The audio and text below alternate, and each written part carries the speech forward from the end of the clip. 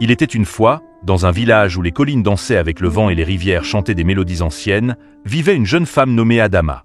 Son nom signifiait « beauté », et elle le portait avec une grâce naturelle qui rivalisait avec l'élégance du palmier le plus haut. Adama était l'amie inséparable de Ngozi, dont le nom voulait dire « bénédiction ». Leur rire résonnait souvent à travers les marchés animés et les sentiers sinueux menant au champ de mil. Leur lien était si profond que les anciens du village disaient qu'elles étaient nées de la même étoile. Ngozi, avec sa jovialité contagieuse et son esprit pratique, était le rocher d'Adama, tandis qu'Adama, rêveuse et passionnée, apportait une touche de magie à la vie de Ngozi.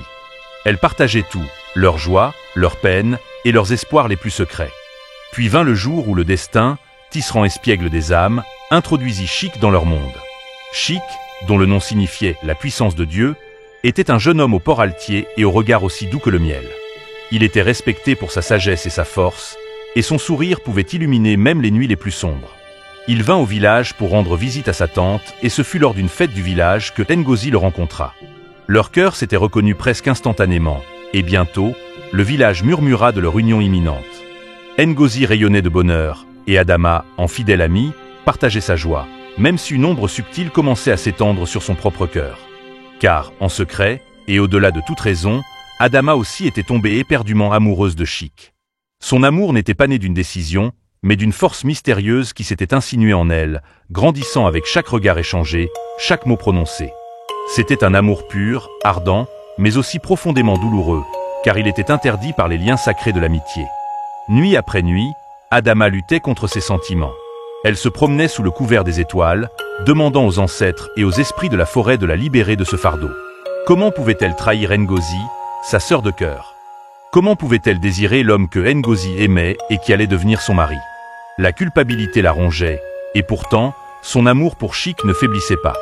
Ses sens étaient alertés chaque fois qu'il était proche, son cœur battait la chamade à la simple mention de son nom. Un jour, alors que les préparatifs du mariage battaient leur plein, Adama se retrouva seule avec Chic près de la rivière, cueillant des fleurs pour la cérémonie.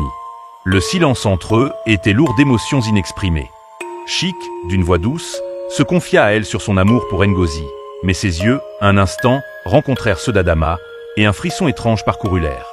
C'était un bref moment, à peine perceptible, mais Adama sentit une connexion, un écho de ses propres sentiments dans le regard de Chic. Ou était-ce simplement son cœur désespéré qui inventait des signes? La nuit précédant le mariage, Adama ne put dormir.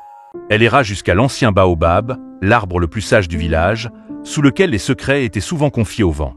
Les larmes coulaient sur ses joues alors qu'elle déversait son cœur, sa douleur, son amour impossible. Elle sentit une présence, une brise chaude qui lui caressa le visage, comme si l'arbre lui-même écoutait ses plaintes. Le matin du mariage, Adama, le cœur lourd mais le visage serein, se tenait aux côtés de Ngozi. Elle l'aida à parer ses cheveux de perles et de fleurs, et ses mains tremblaient légèrement. Alors que la cérémonie commençait, les tambours résonnaient et les chants remplissaient l'air. Quand Ngozi et Chic échangèrent leurs vœux, les yeux de Chic balayèrent un instant la foule et s'arrêtèrent sur Adama. Dans ce bref instant, Adama perçut quelque chose. Une once de mélancolie, un regret fugace, ou peut-être, juste peut-être, une reconnaissance partagée d'une vérité inexprimée.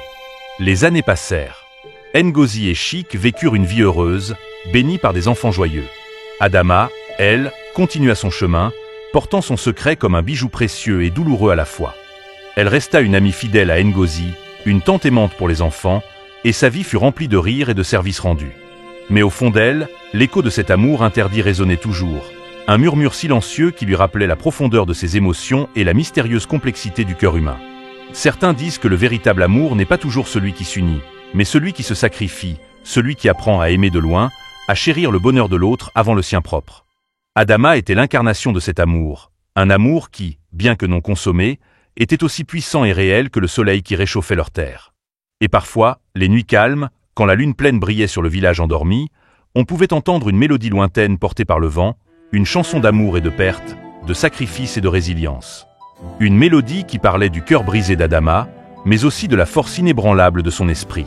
Cette histoire, comme les fleuves qui ne cessent de couler, nous rappelle que l'amour prend de nombreuses formes, et que même dans la douleur, il peut y avoir une beauté mystérieuse et une noblesse profonde.